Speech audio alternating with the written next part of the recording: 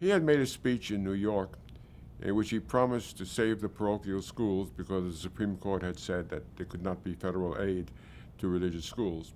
But he read a speech written for him by Pat Buchanan promising to do that. And I, next day, was asked to simply report what it was he planned to do. So I called a lot of people in the government, in the Catholic school lobby, and some of it was that there was nothing he could do, and his speech was nothing more than political rhetoric. And I said so.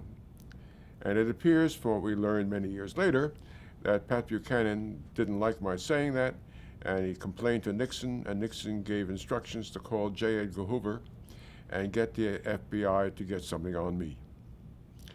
Apparently, something went wrong in their communications because it seemed that they called Hoover and asked for some background on Dan Schorr, and to the FBI, background means a background check in connection with a White House appointment. So pretty soon, there were the FBI agents talking to my family, to my bosses. They sent an agent to interview me, and I, at the time, could not make out what this was all about. When they realized what had happened, they called off the investigation and held a meeting to discuss damage control, what happens when it gets into the papers that we've sicked the FBI onto Dan Schorr.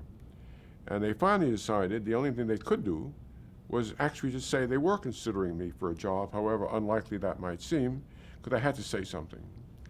And so they identified some job to which I theoretically could have been nominated, and Ron Ziegler gave that as the explanation. Well, that eventually exploded, and in the House Judiciary Committee hearings on the impeachment of President Nixon, that was a subject that was discussed for about a half hour. They had to admit before them, Haldeman admitted that there wasn't any job for me. This was all a cover-up of what was meant to be a very, very adverse proceeding by the FBI. And if you can believe it, when the articles of impeachment were drawn up, 3 articles, Article 2, abuse of power, and under abuse of power was the use of the FBI to investigate a correspondent named Dan Schorr. There I was, making history. Well, August 74, Nixon resigned, spent the next 20 years trying to be rehabilitated. I didn't see him during those 20 years. And finally, I was invited to a dinner where Nixon was speaking here in Washington, giving a report on a recent trip he had made to the Soviet Union.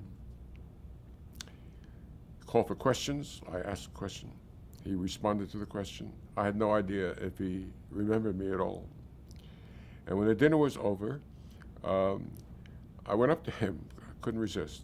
Went up to him and said, "Mr. Nixon, I'm not sure you'll remember me, but," put his hand on my shoulder, "Dan Schorr, of course I remember you. Damn near hired you once."